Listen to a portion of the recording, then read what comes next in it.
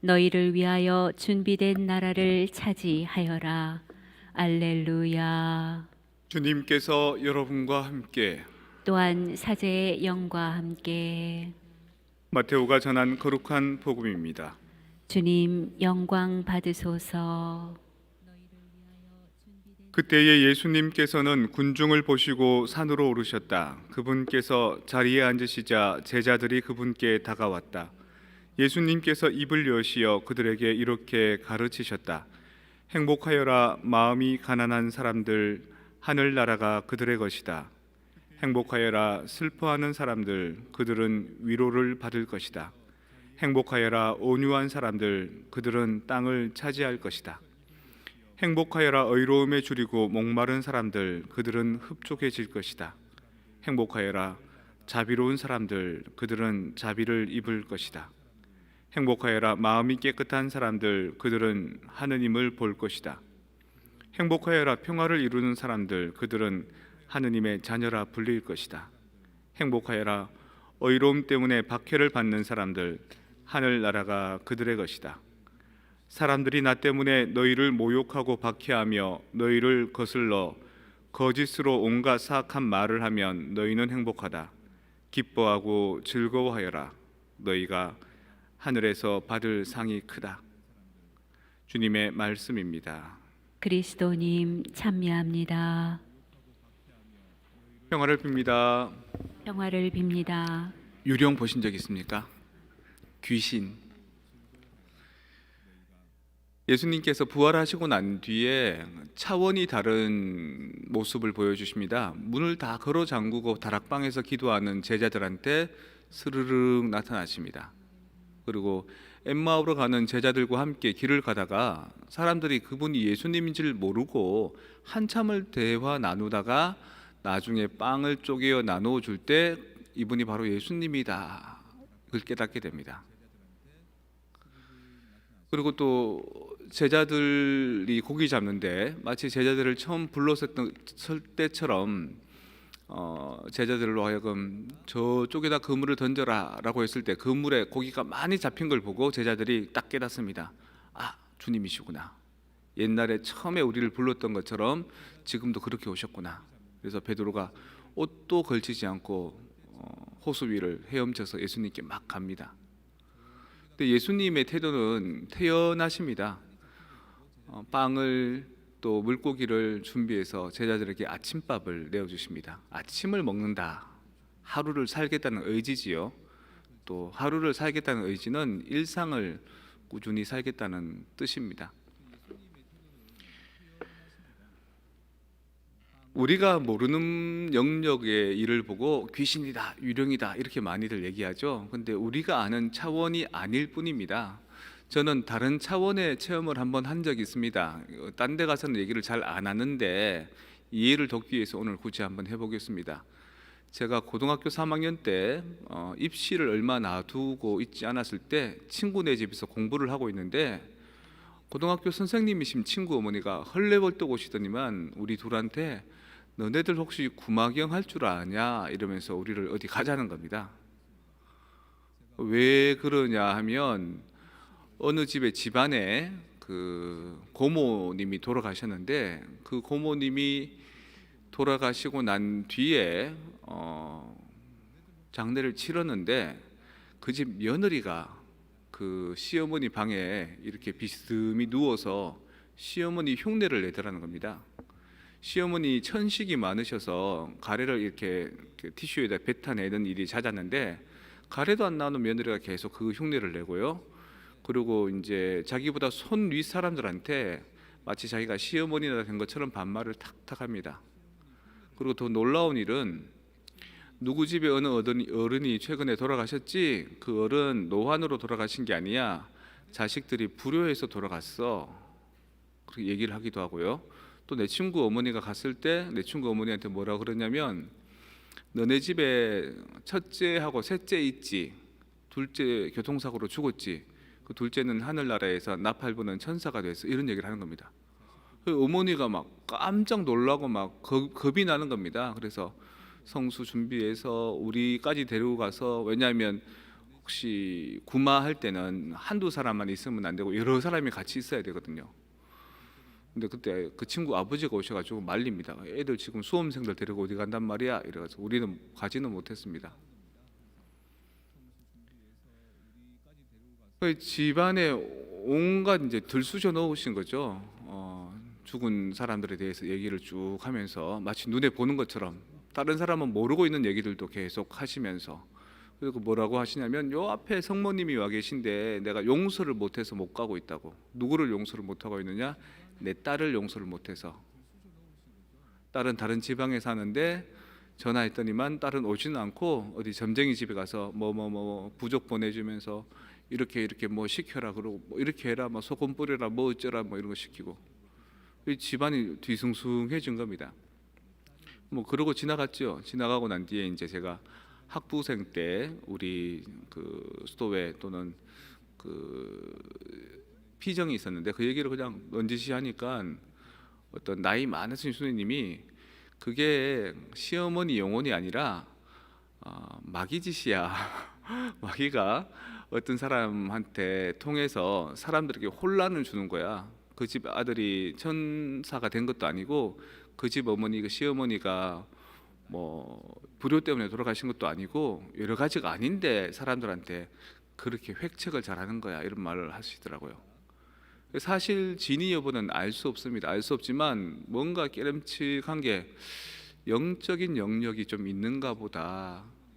마치 예수님께서 돌아가시고 부활하셔서 물리적인 상황이 아니라 문을 잠그고 있는데 나타나셨다든지, 아니면 사람들과 걸어가고 있는 중에는 몰랐는데 빵을 떼어주실 때 깨달았다든지, 이런 것처럼 뭔가 다른 차원의 일이 벌어지고 있는 겁니다. 영혼들의 영역도 그렇습니다. 우리와는 다른 차원의 일. 선 하나가 이렇게 있으면 그걸 1차원이라고 그럽니다. 1 디멘전. 그리고 면이 있으면은 2 디멘전, 2차원이라고 그러고요. 그게 입체가 되면 3 디멘전, 3차원이라고 그러죠. 우리는 입체적인 삶을 살고 있으니까 3차원 세계를 살고 있는데, 이 차원에서 저 차원으로 막 넘나드는 공간의 이동, 이런 거는 4차원의 얘기인 거죠. 그리고 우리가 몰라서 그렇지 5, 6, 5 여러 가지 디멘전이 있을 수 있을 겁니다. 영의 영역은 좀 그런 것 같습니다. 신앙생활을 하면서 우리만 잘 살면 되지, 뭐 우리만 착하게 살면 되지. 근데 왜 꼭 돌아가신 분을 기억하고 그분을 위해서 기도하고 그분이 좋은 데 가시기를 염원하고 열망할까? 왜 그렇게 장례는 열성적으로 충실하게 지내고 왜 그렇게 장지는 좋은 곳을 잡아서 좋은 관에다 묻으려 할까? 육신을 입고 사는 것만이 전부는 아니라는 겁니다. 내가 모르는 영적인 세상의 것, 꼭 영적이지 않더라도 다른 차원의 영역들이 있다는 겁니다. 그래서 우리는 내 육신을 입고 살면서도 내 이면에 있는 내면에 있는 영적인 가치를 노력을 기울이고 있고요. 또 이미 육신은 땅에 묻혔지만 영혼이 하늘로 올라가 있는 그들을 위해서 뭔가 도움이 되는 신념을 가지고 기도를 하는 겁니다. 천국에 있겠지라고 생각하지만 혹시 그 영혼이 연옥의 불길에 떨어져 있지 않을까를 염원하고 얼른 천국에 가도록 기도하기도 하고요. 또 우리가 만들어 놓은 어떤 틀이지만 지옥에 있는 영혼들은 얼마나 힘들까라고 생각해서 또 그렇게 기도하기도 하고요. 공자님께서 그러죠. 내가 아직 살아서 얻는 도리도 모르는데 죽는 다음에 도리를 내가 어떻게 얘기하겠느냐, 이런 것처럼 우리도 비록 교리 안에서는 천국이 있고 지옥이 있고 연옥이 있지만 우리가 안 죽어봐서 모르는 일입니다. 하지만 제가 체험한 바에 따르면 뭔가 육신을 입고 살아가는 우리의 현실하고는 다른 현실이 조금은 있는 것 같습니다. 11월 달은 특별히 영혼들을 위한 날로 기념합니다. 저기 요한 묵시록에 보면요, 14만 4천 명 얘기가 나옵니다. 선한 일을 한 사람 14만 4천 명. 그들은 너무나 성스럽게 거룩하게 살았기 때문에 하얀 옷을 입고 하늘나라로 올라가는 사람들이라고 얘기하고요. 그들이 다 올라간 다음에 고송소에 있는 사람들이 그 다음 자리로 올라간다, 이런 얘기를 합니다.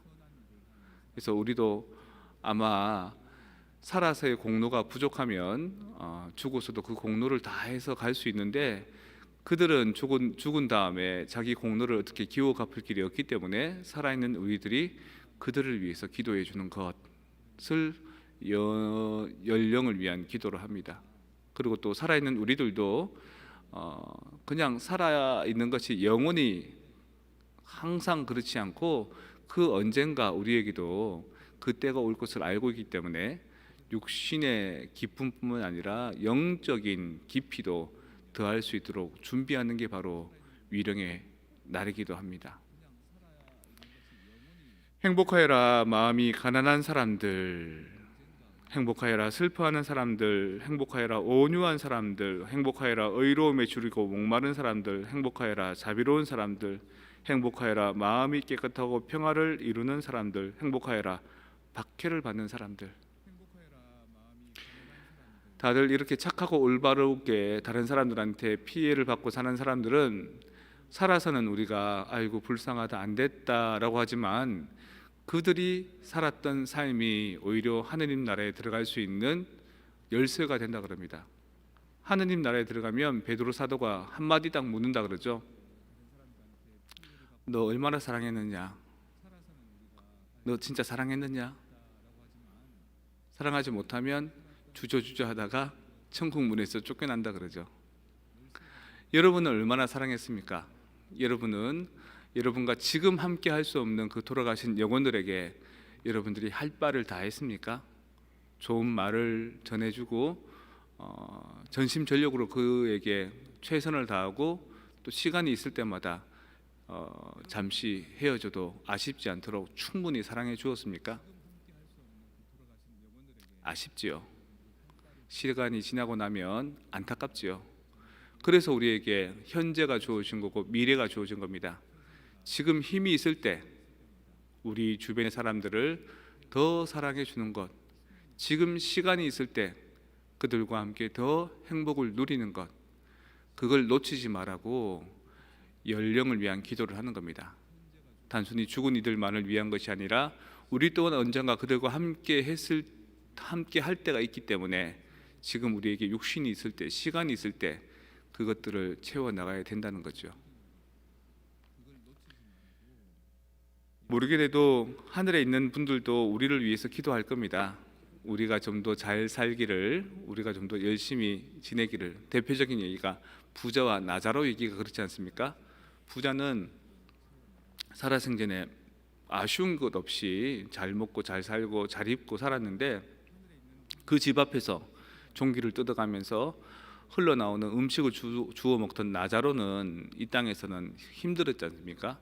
그런데 오히려 나자로는 천국에 들어가 있고 부자 자신은 지옥에 가 있고, 지옥의 불길이 너무 뜨거워서 아브라함 할아버지 저기 저 나자로한테 손가락에 물 한 방울 묻혀서 저한테 이렇게 떨어뜨려 달라고 해주십시오.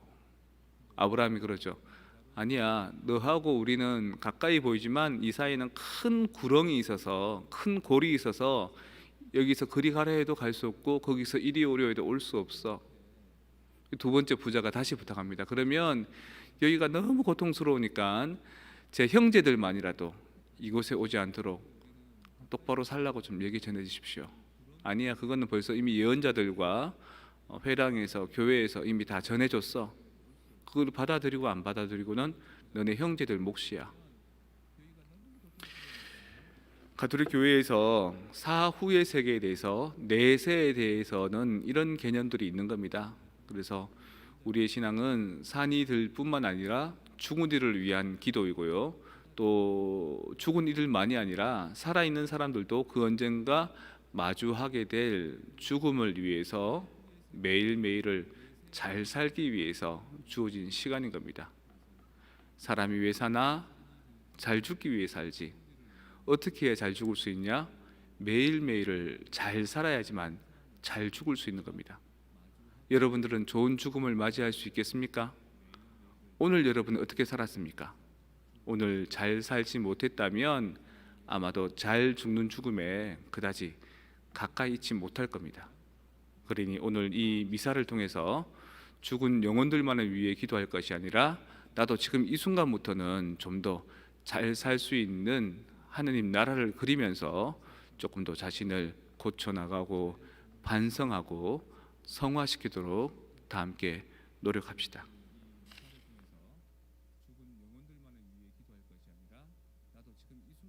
모두 일어나십시오. 형제자매 여러분, 죽은 모든 이를 기억하는 위령의 날에 선조들과 우리 곁에 있던 이들 그리고 우리가 알지 못하는 이들의 죽음까지 기억하며 하느님 아버지께 우리의 바람을 간절히 청합시다. 교회를 위하여 기도합시다.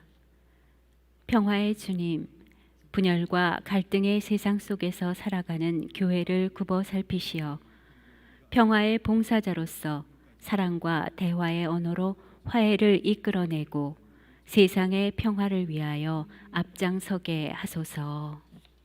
주님, 저희의 기도를 들어주소서. 세계 지도자들을 위하여 기도합시다. 의로우신 주님, 세계 지도자들의 마음에 생명의 소중함을 불러일으키시어 인간의 생명과 자유와 행복을 무엇보다 먼저 생각하고 창조된 모든 것을 조화롭게 지켜 나갈 수 있도록 도와주소서. 주님, 저희의 기도를 들어주소서. 우울증으로 고통받는 사람들을 위하여 기도합시다. 치유자이신 주님, 우울증이나 과로로 지쳐 고통받는 사람들을 보살펴 주시어 힘든 마음을 위로하시고 그들이 새 삶을 열어갈 수 있도록 이끌어 주소서. 주님,